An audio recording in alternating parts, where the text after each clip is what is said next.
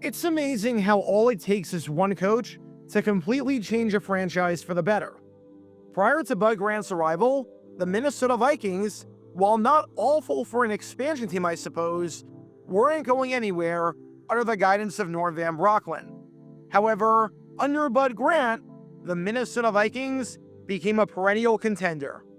Under Bud Grant, the Minnesota Vikings won over 62% of their games in 18 years, made it to the postseason 12 times, won the NFC Central 6 straight seasons from 1973 to 1978, and 10 times in an 11-year stretch from 1968 to 1978, and made it to the Super Bowl 4 times, with some of those teams and defenses going down as some of the greatest to never win it.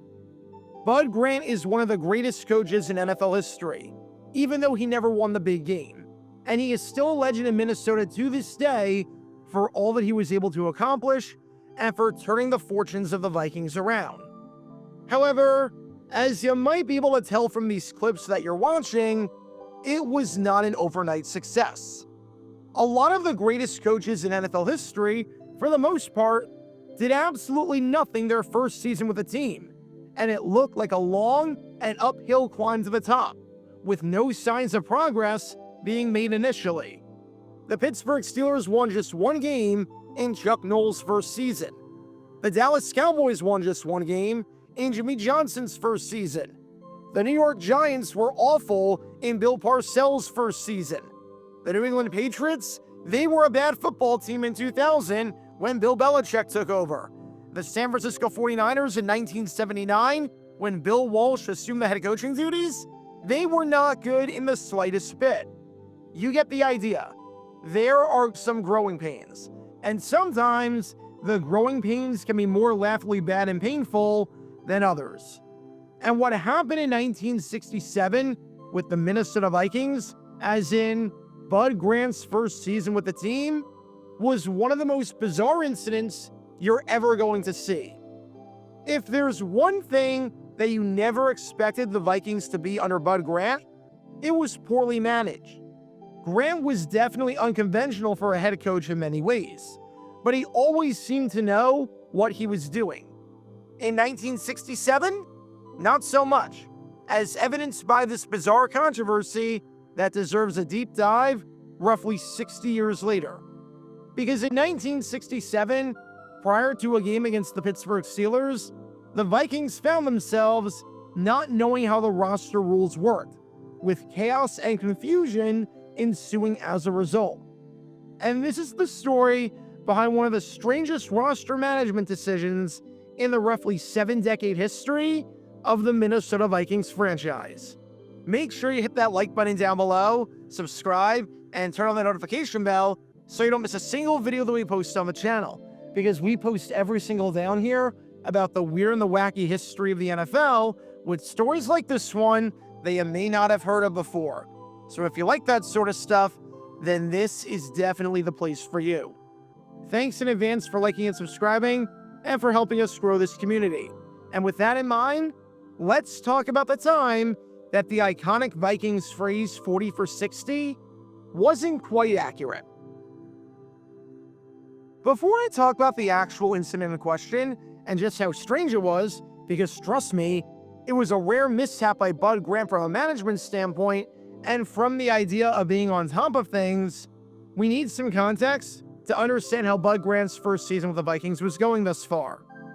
After Norm Van Brocklin was relieved of his duties following a disappointing 1966 season where the Vikings went 4-9-1, Bud Grant was brought in from the Canadian Football League to try and right the ship and get the Vikings to the playoffs for the first time in franchise history. However, 1967 was not looking promising in the slightest bit, as the Vikings looked even worse in many ways than they did under Van Brocklin. I said that a lot of coaches had growing pains, and the Vikings with Bud Grant were one of those teams. We were 10 weeks into the 1967 season, and the Vikings had won just 2 out of 10 games following an abysmal 0-4 start. Minnesota was already mathematically eliminated from the playoffs before Thanksgiving. Even if the Green Bay Packers atop the Central Division lost every game from that point on, and the Vikings won out, there was nothing that Minnesota could do to catch up. They had the third worst offense in football, the third worst point differential in football, and scored 10 points or less in half of their games, accomplishing this lowly feat in 5 of their 10 games, at a time when the average team was putting up somewhere in the ballpark of 22 points per game. And after a 14-10 loss to the Cleveland Browns in Week 10, where the Vikings blew a double-digit lead, things look hopeless for the team in purple. They were not playing good football, and they had nothing to play for but pride with 4 games to go. That was the bad news for the Vikings. The good news was that they were about to play a game against this team right here, as their Week 11 opponent was none other than the lowly Pittsburgh Steelers, in what was undoubtedly the biggest game ever played between these two teams. I can't think of any other game at any other stage that was bigger than this. Drawing a blank there. While the Vikings were 2-6-2, the Steelers were 2-7-1, also having nothing to play for but pride, and having won just one of their previous 9 games, following a defeat to the New York Giants in Week 10. There were quite a few exciting games on paper for Week 11 if you were a football fan. You had a battle atop the Central between the Packers and the Bears, where the Bears could claw their way back into the race with a win. You had a must-win game for the 49ers against their divisional opponent, the Baltimore Colts. You had 2 games on Thanksgiving. That's always a good time. This game, however, was not one of those games. If you wanted to watch a game that meant something, and you got stuck with this battle, my condolences. Still, the Vikings were looking to put on a good show and get their 3rd win of the season in the battle of the 2-win teams. And they were about to get some help, because coming off of the injured list was going to be their starting guard, Milt Sunday. Now, Sunday was a very important part of the Vikings for a long period of time. He made it to the Pro Bowl the previous year in 1966 after starting every game for the team, and the former 20th round pick ended up playing 11 seasons in the NFL and 147 games in the league, all with the Vikings. Considering the fact that only 3 of the 14 guys taken in the 20th round of the 1964 NFL draft even played a snap in pro football, to draft a guy that started for a decade and made a Pro Bowl and helped anchor an offensive line is pretty good, if I do say so myself. For this game right here against the Steelers, Sunday would be back out there for the first time in a month, as following a sprained knee injury, he missed the previous 4 weeks. Sunday was activated, and to replace him, the Vikings decided to waive guard John Pentecost, a former player in the Canadian Football League who was acquired by the Vikings earlier in the season from the 49ers. In other words, the Vikings were activating a guard for this game right here, and were getting rid of a guard.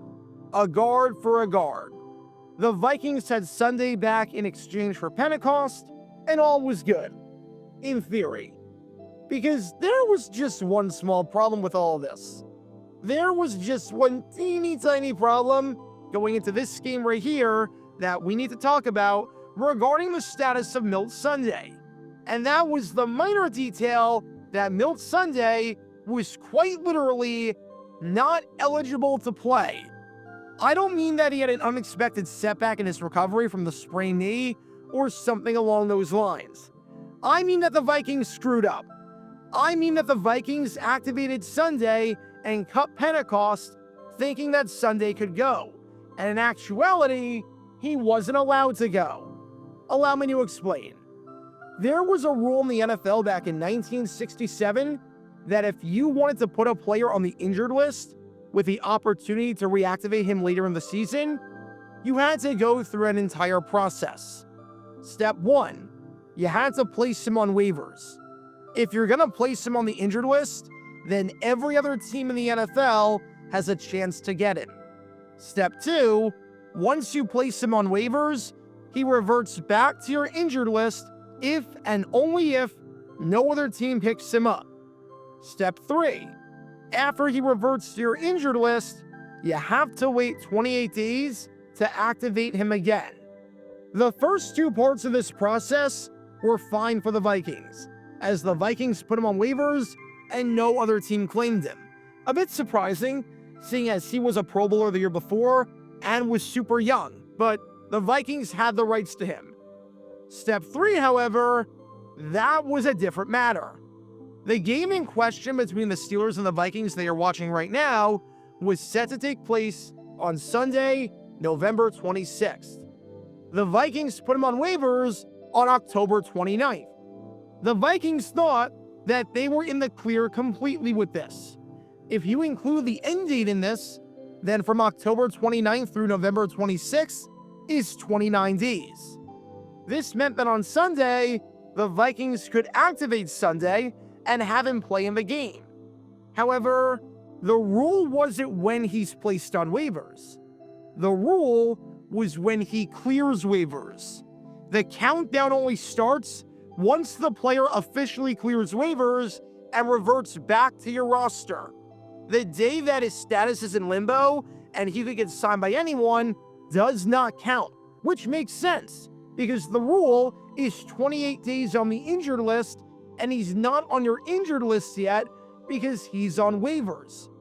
And under those rules, he cleared waivers and reverted back to the Vikings injured list on October 30th.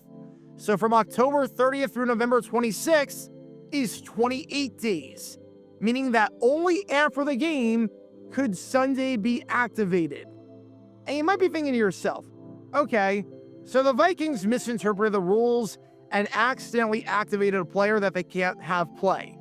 So what? Sunday can't go for the game?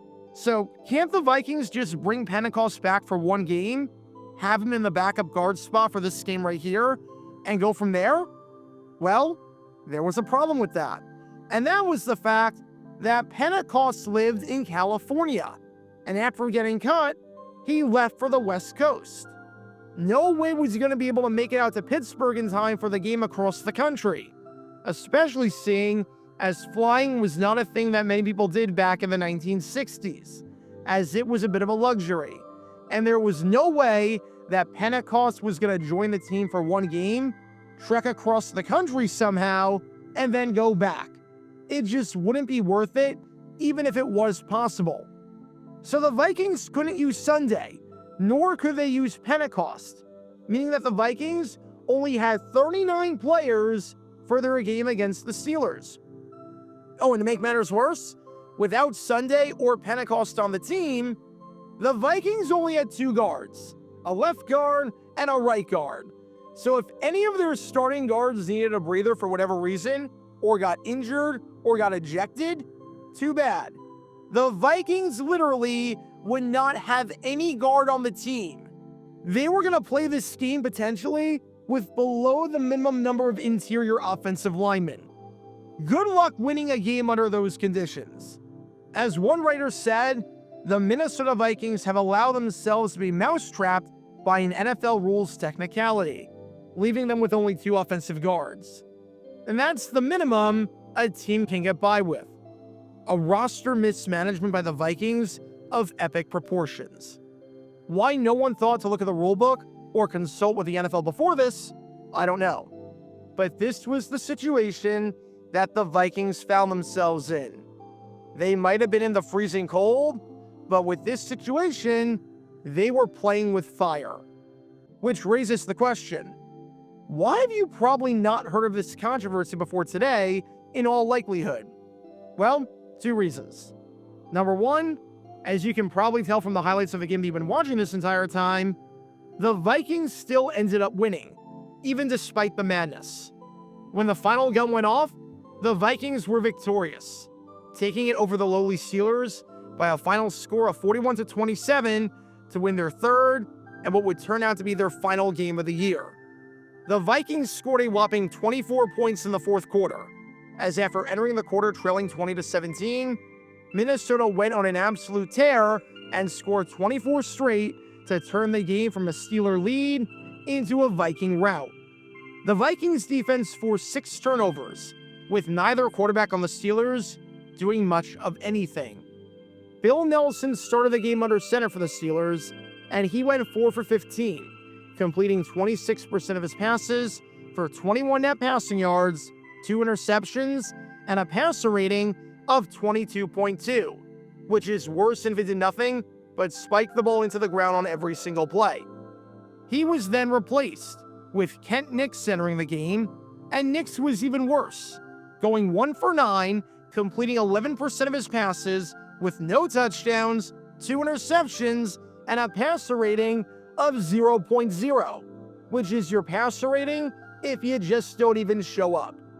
The Steelers had just 117 yards of offense, with the Vikings doubling them in that category, and with the Vikings winning the turnover margin and the penalty margin, all while holding the Steelers to just 65 yards rushing on 2.3 yards per carry. In other words, madness from the roster aside, the Vikings were able to win the game, and chaos seems to have a convenient way of being forgotten about if you have a larger number on the scoreboard than the other team.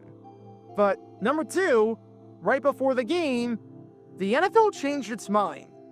Because as it turns out, on the day of the game, the NFL said to the Vikings, yes, Sunday's 28-day waiver didn't start until October 30th, so he didn't reach the requirement. However, Sunday missed 4 games already, as he was waived for the game on October 29th against the Atlanta Falcons, and then missed the first 3 games in November against the New York Giants, Detroit Lions, and the Cleveland Browns. Because he missed 4 games, he's allowed to come back, and we'll grant you an exception for this. Plus, we kinda don't want you to be in a situation where you only have 2 guards, because that would be a massive player safety issue. Seeing as he missed 4 games already, we'll throw you a bone, and we'll allow him to play. So, all's well that ends well. The Vikings won the game, Sunday was able to play, and they didn't have to completely panic at the end of the day. But this entire debacle, even though it ended up working out for the Vikings in the end, should serve as a lesson and a powerful reminder to anyone in any field. If you're confused about something and need a clarification, because the consequences if you misunderstood it could be huge, then don't be afraid to ask or give it a second look. All of this entire mess, could have been avoided and a non-story if the Vikings just called up the NFL first and explained the situation, instead of just assuming that they knew the rule and not being able to have a backup guard as a result of their own ignorance. Some people argue today that the rosters are too small. Now, imagine playing a game with 39 players because you completely mismanaged things and forgot how to count and forgot how the rules worked. Like I said before, the Vikings had some growing pains before they became the formidable opponent and constant mainstay that they were under Bud Grant. And everyone, including Grant himself, had some growing to do. Because in 1967, prior to this game right here against the Pittsburgh Steelers, the Minnesota Vikings found themselves in a daze, counting the days. Check out our live streaming schedule for the next few days. We're live every single day on this channel, whether we're covering a sporting event or playing GeoGuessr or just taking your requests. So make sure you like and subscribe and turn on the notification bell so you don't miss a single time that we go live and so that you can join this community. Also, thanks to all our members and our Patreon supporters who get exclusive perks like their name at the end of each video, members-only Q&A streams, and cool emojis to use on videos and during streams. See how you can join this community and become a member or a Patreon member by clicking the link in the description below.